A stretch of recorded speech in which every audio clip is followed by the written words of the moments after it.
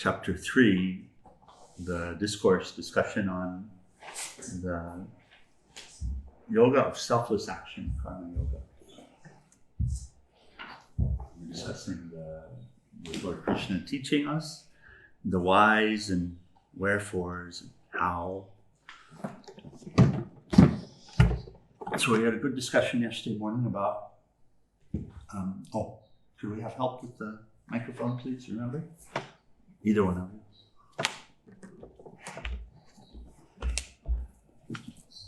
You remember what to do? Come back to half.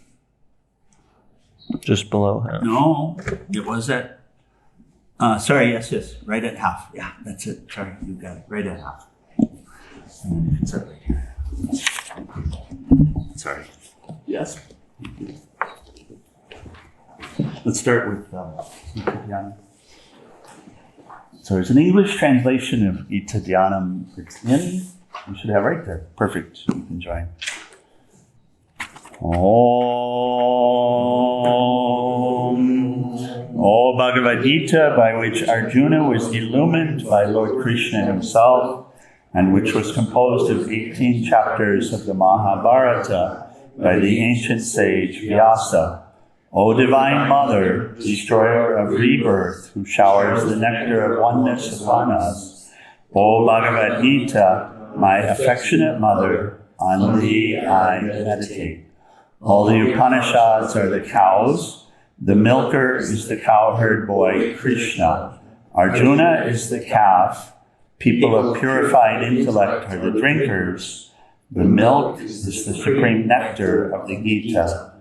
My salutations to the Lord, who is the source of supreme bliss, whose grace makes the mute eloquent, and the crippled cross mountains.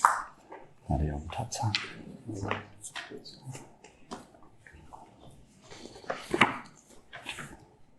Okay, so what do we hear about karma yoga? Principle of karma yoga. That was the discussion yesterday. Please? Wednesday. Tuesday. Tuesday, okay.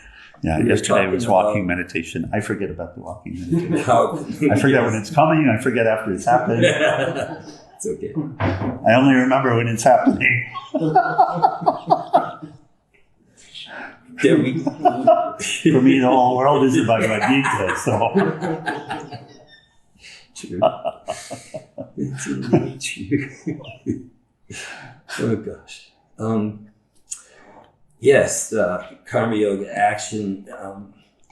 We all have to act, and the goal is to be able to act, to focus on what's ever in front of the instruments of knowledge in action, and focus on what is to be done, and not have a distracted mind that's in other directions, to be one-pointed and focused, and to get to the point of having an inactive mind in action, such as. So you get to the point. So karma yoga is described as the way to come to this inaction that we wish.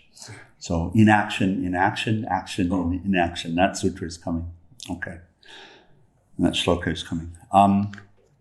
Okay. So yesterday, here was the last shloka that we talked about, number 7. In order to excel, so this is the prescription that Lord Krishna is giving us in terms of how to excel in life. Not just in action, how to excel in life. Mentally control the senses, let go all attachments, and engage the body in karma yoga, selfless service. But isn't that life? Acting? In order to excel, mentally control the senses. No. Let go all attachments. Yes. Okay. And engage the body in karma yoga, or selfless service. So it's a recipe for life. Yes.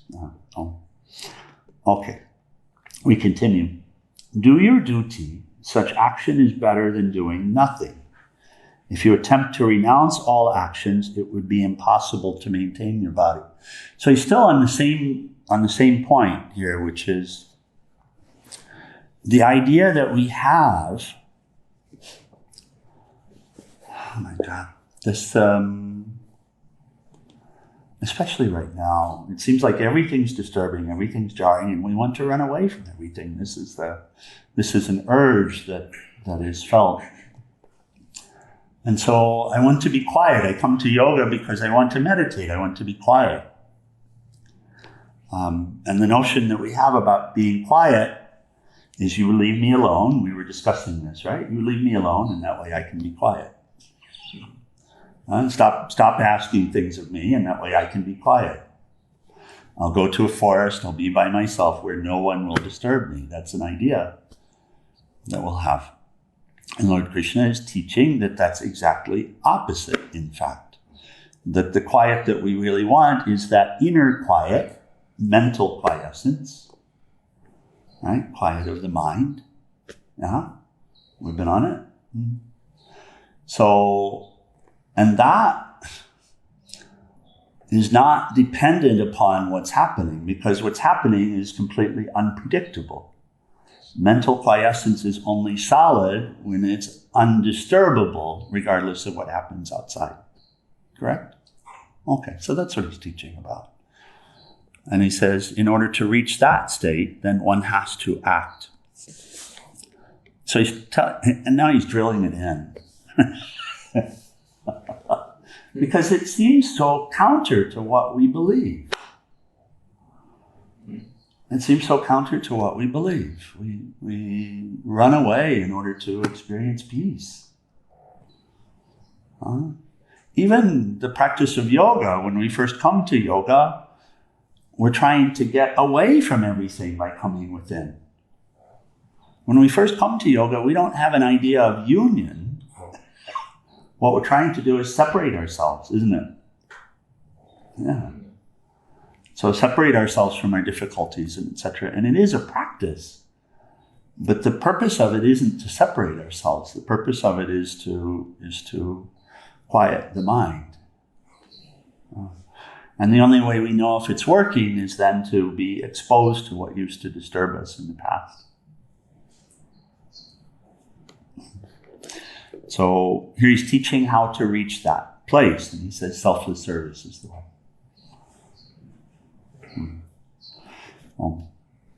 And then he's just amplifying. He's saying, so what to do? Do your duty.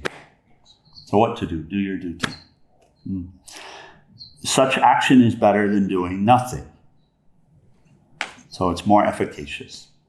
If you attempt to renounce all actions, it will be impossible to maintain your body, and therefore what will come? Suffering will come. Suffering will come. It won't come to any. If you try at this stage to renounce all actions, then it doesn't come to any good. The world is bondage, and now he goes into amplifying, but also giving us this apparent secret, which is the world is bondage when actions are done just for your own sake. Therefore, Arjuna, make every action a sacrifice, utterly free of personal attachment. Swamiji adds a little commentary. Anything you do for the benefit of others is true yajna. That's the Sanskrit word being used. Yajna. Not even a trace should be for your own personal benefit. If some benefit does also just happen to come to you, all right, let it come. Don't be repulsed by it, but don't do it for the sake of what will come to you. So again, he's coming to this place that's the opposite of what we think. Is it so? It's the opposite of what we imagine. It's the opposite of what we think. And he continues in the vein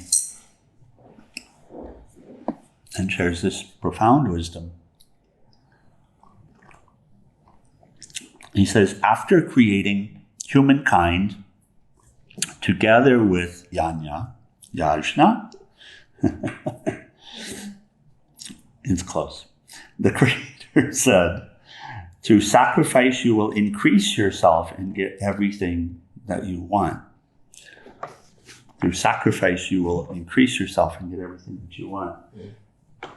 This is a weird one. When we want to look for, we were having discussion with the group in Michigan about Maya and the concept of Maya. And we'd read something from Shankaracharya that describes Maya as subtle. It cannot be seen directly, but its existence can be inferred from the effect. So here's an example of the effect of Maya. We all have proof in our own lives that when we serve others, we experience happiness. And when we serve ourselves, we don't. We all have that experience, correct? Yeah. And yet, still, even with that experience, we hold firm to the notion that my happiness lay in me getting something for myself. Even with that experience. So it's a perversion, isn't it? Yeah.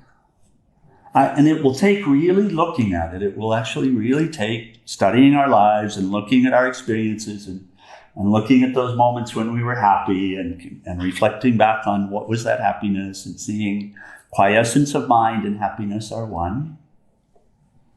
Right?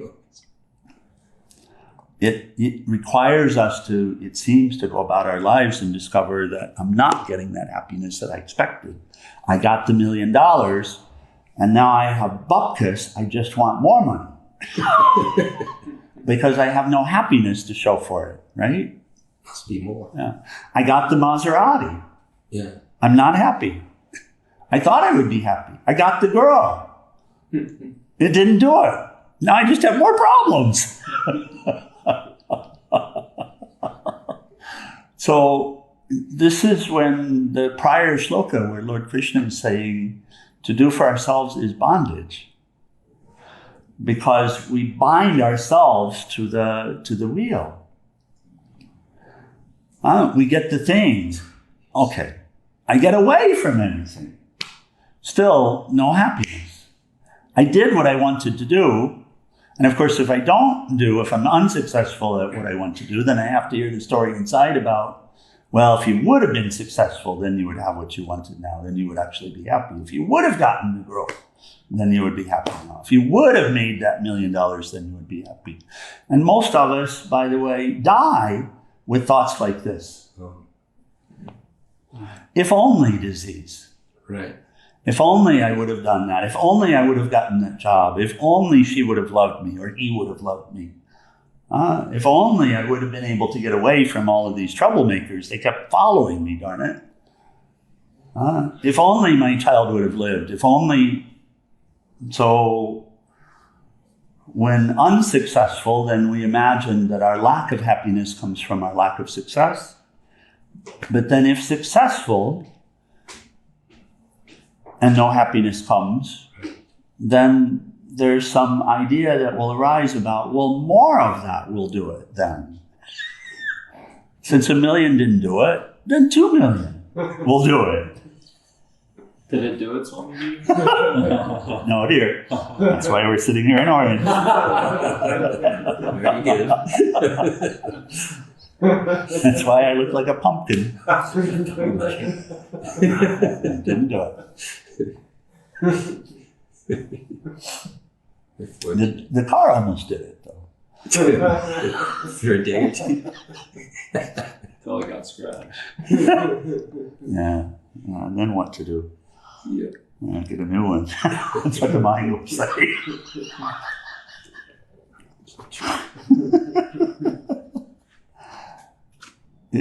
And we notice that what we seem to be motivated towards, and so, I'll talk with people that say, well, I didn't have any material interest. I just wanted people to leave me alone. Well, I didn't want that. I just wanted to be respected.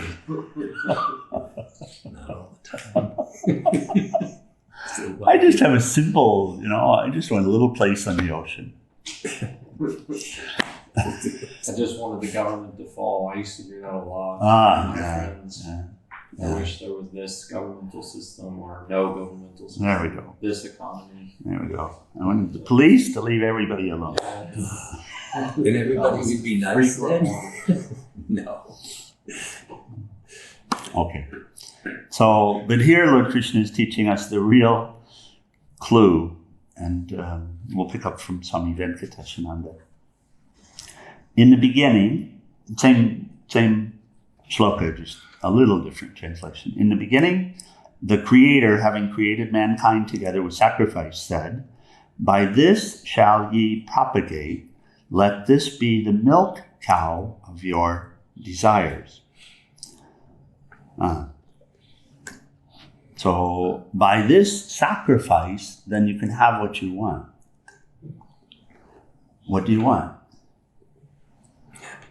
You want happiness. By this sacrifice, you can have what you want. And then the next shloka, 11. With this do ye nourish the gods, and may those gods nourish you. Thus nourishing one another, ye shall attain to the highest good. And we'll read the commentary. Somebody asked me a few years ago, this is what I get for assuming, all of us, but I got caught. Somebody asked me a few years ago about the word sacrifice and what the word sacrifice meant. And I hesitated for a moment. I realized I really didn't know for sure. Because it has a connotation of something hard, doesn't it? Giving up Giving oneself. up. Of giving up. Yeah.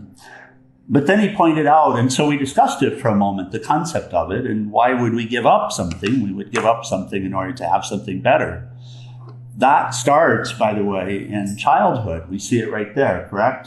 If the child has a toy and doesn't want to give it up, then what you do is you give them something that tells you is better.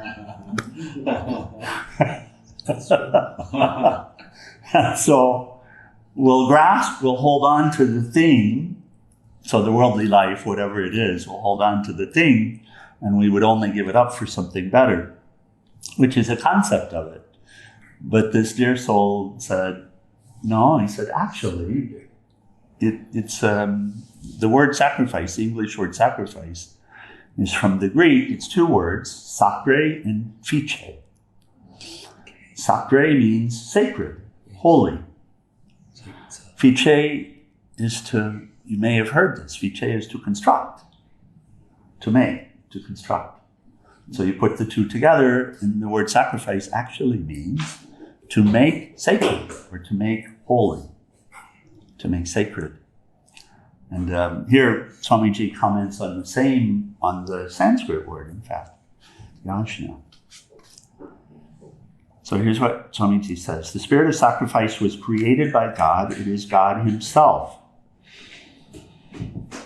The spirit of sacrifice, is God himself. So the spirit of sacrifice is within us. In fact, if we look, we'll continue and see if we see it. Hence we find that the seed dies to give birth to the plant. The mother suffers birth pangs to create new life. Right? Why else would you do it? It's not so pleasant, is it? Metaphysically, even creation is the supreme self-sacrifice of God, the one who has become many. It is the spirit of sacrifice that promotes life and well-being here. In this sense, it is not the slaughter of a victim, which is an old idea about the meaning of sacrifice, right? A terrible misunderstanding that you sacrifice an animal or something like that in order to... So it is not that. And then he says, a sacrifice is translated by the dictionary. If we look at a dictionary description of sacrifice, we're likely to see that description, some slaughter of an animal. But that's not in the root words, in fact. So he corrects, he says, but it is a mystical, magical, divine transmutation of all substances and all activities inherent in life.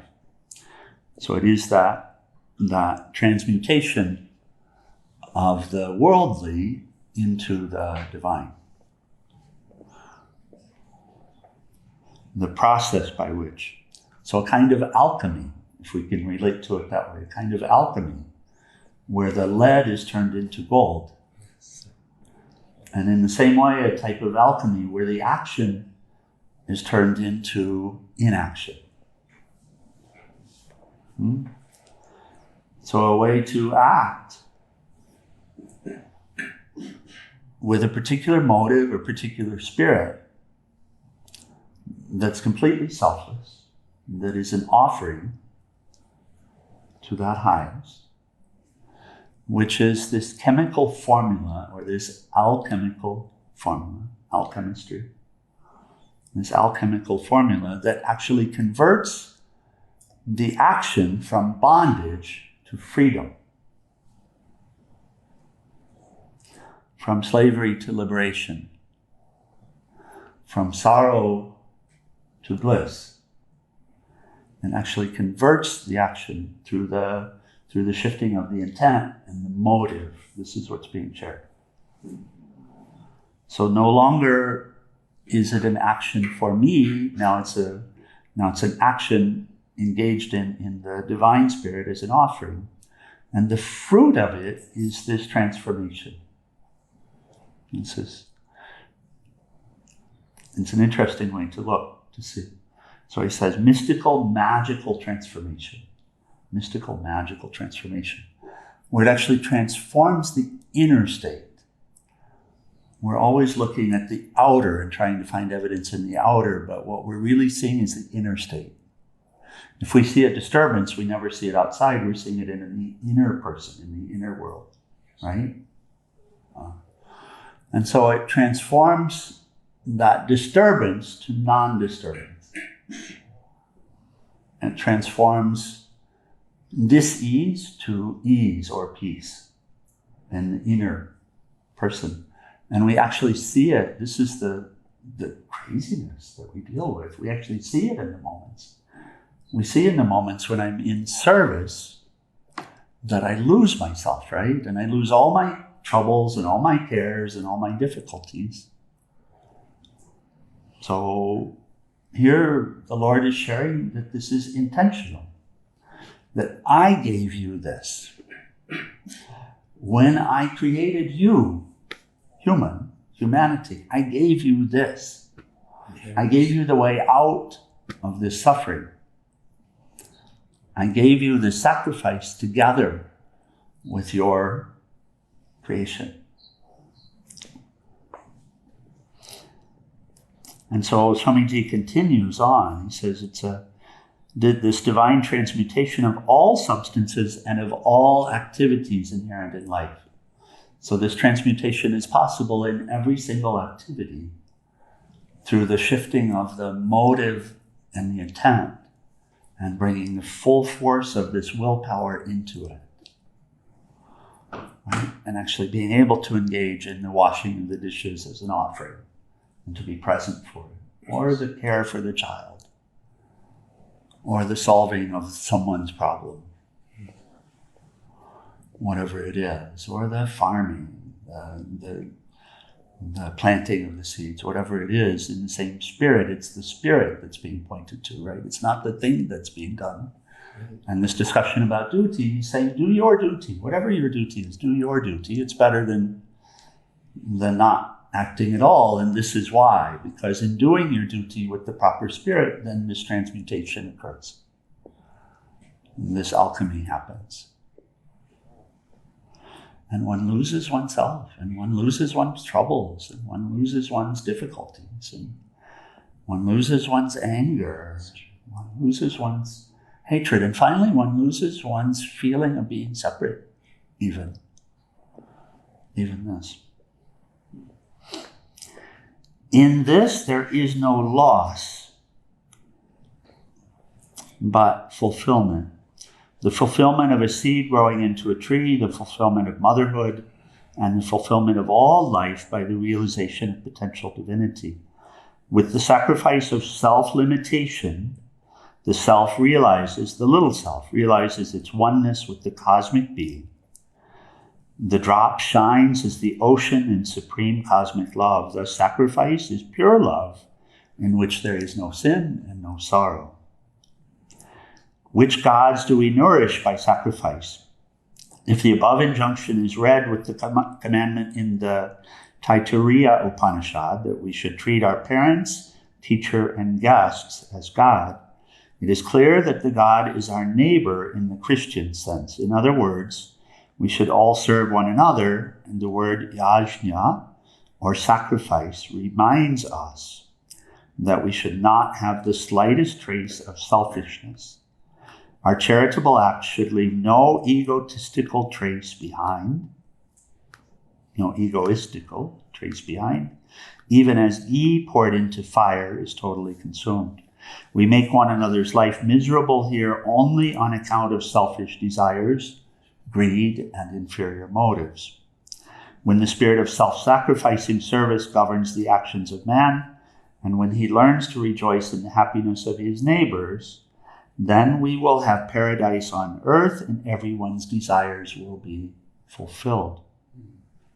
The doctrine of self-sacrificing, selfless service is truly the wish-fulfilling Tao.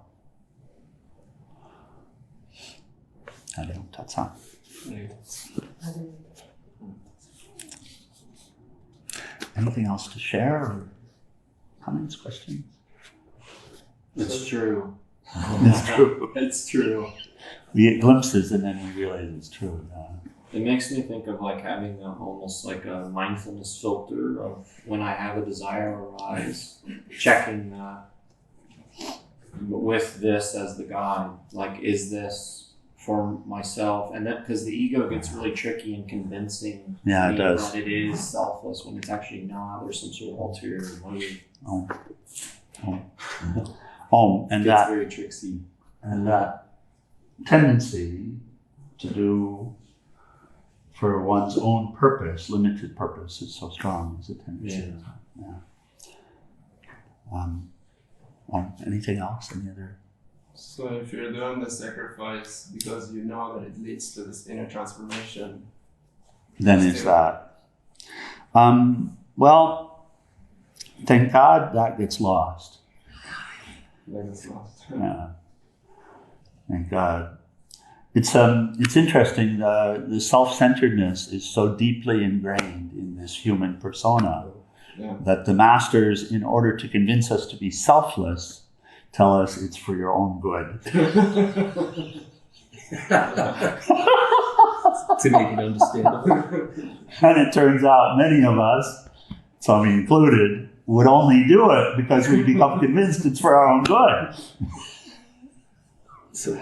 But somehow the concept of it's for my own good gets lost along the way. If we really devote and move this direction, it finally gets lost along the way. And there's no care about it any longer because the little self vanishes also. That sounds right. Yeah, and it gets replaced with the big self, and then you can say, because it is for the good of the self, capital S self, which is the totality, which is the all. So and that's true. And do it because it is good for all. I'm not separate from anyone or anything here.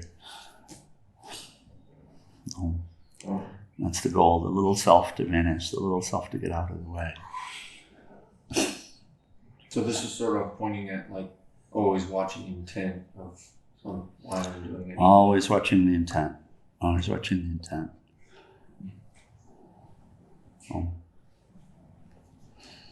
That's it.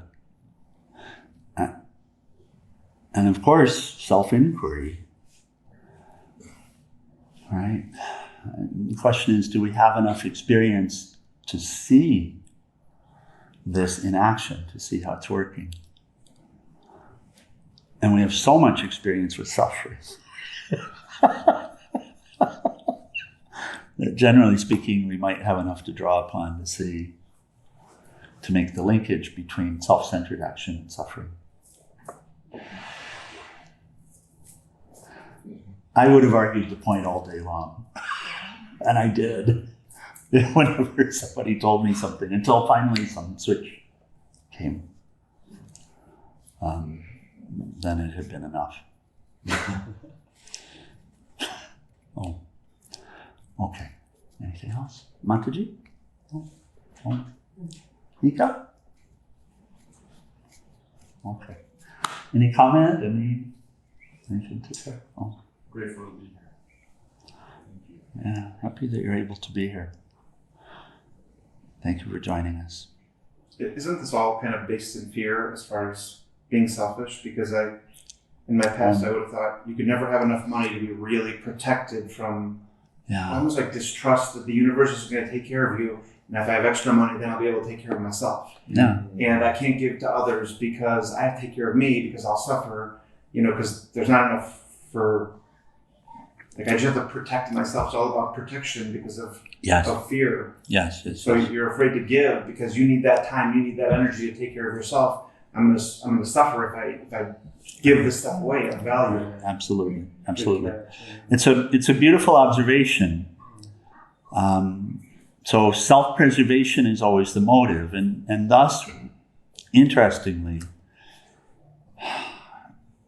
that capacity exists for us to have compassion towards anyone and anything here. Because if we actually get to the motive and understand why they're doing what they're doing, whoever this bad person that we see is, why they're doing what they're doing, it will always be a self-preservation motive. Mm-hmm. Yeah. And how can you blame someone for trying to simply survive? Mm. It's hard to find. We could say so, but if we really open the heart, how can we blame someone for simply wanting to survive? The issue for us then is misunderstanding, or vidya, or this ignorance, taking ourselves to be apart, taking ourselves to be separate, taking ourselves to be alone, like that. Which is said to be, this seed of ignorance is said to be the problem, the one problem. And how to remove the seed of ignorance is with wisdom, with the light. And so this is what we're involved in here, is we're learning, I got it backwards. I understand how I even can understand how I got here. Right? The yoga itself, of course, means union. The loss of the feeling of separation from the Lord, and the loss of the feeling of separation from anything else here. Anyone else here. So, and that feeling of separation is said to be ego, or caused by this avidya, this ignorance. And then from this ignorance, and it's very strong and it's very visceral, and the feelings that we're dealing with, the emotions that are arising from it, all of these self-protection mechanisms. Fear is a self-protection mechanism. Anger, self-protection mechanism. Judgment of others, self-protection mechanism. Greed, self-protection mechanism. Everything is. So it will come back to that. But then, thank God we reach a point and the teacher says, actually this self-protection mechanism is to know who you are and to understand your essential relationship with the divine and with everyone and everything here. And then, if you know all is me, or we know all is Krishna, then what is the need to protect? And so when the light comes to us, and of course we have to dive into the light, we have to imbibe in the light, we have to offer ourselves to the light. But when the light comes into our life, then we realize, okay, I got it backwards now, I need to turn it around.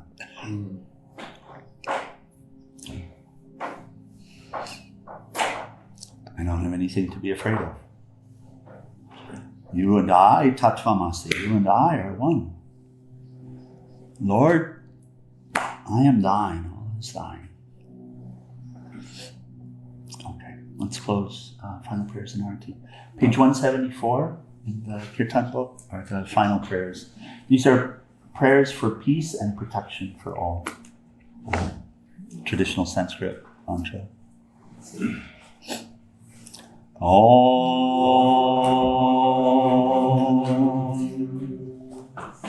I am you and you are me. I am you and you are me. There is no daylight between us. Om Trayambakam Yajamahe Sugandhim Pushtivardhanam Orvai Rukameva Bandhanam Mritor Mokshiyamam Mritat.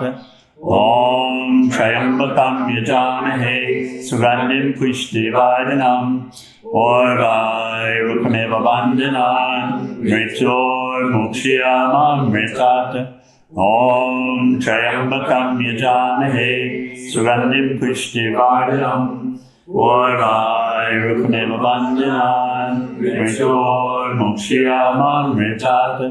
Om Sarvesham Swastir Bhavatu Sarvesham Shantir Bhavatu Sarvesham Purnam Bhavatu Sarvesham Mangalam Bhavatu Sarve Bhavantu Sukhinaha Sarve Shantu Niramaya Sarve Bhadrani Pashyanto Makashitu Bhavag Bhave Asuto Ma Satgamaya Tamaso Ma Jyotir Gamaya Mritor Ma Mritam Gamaya.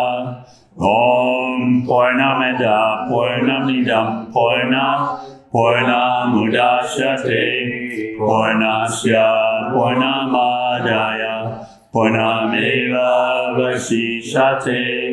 Om Shanti Shanti Shanti. And then universal prayer. O adorable Lord of mercy and love, salutations and prostrations unto thee. Thou art omnipresent, omnipotent, and omniscient. Thou art Satchidananda. Thou art existence, knowledge, and bliss absolute. Thou art the indweller of all beings. Grant us an understanding heart, equal vision, balance of mind, faith, devotion, and wisdom. Grant us inner spiritual strength to resist temptation and to control the mind. Free us from egoism, lust, anger, greed, hatred, and jealousy. Fill our hearts with divine virtues. Let us behold thee in all these names and forms. Let us serve thee in all these names and forms. Let us ever remember thee. Let us ever sing thy glories. Let thy name be ever on our lips. Let us abide in thee forever and ever. Humble Satguru Shivananda Maharaj ki jai.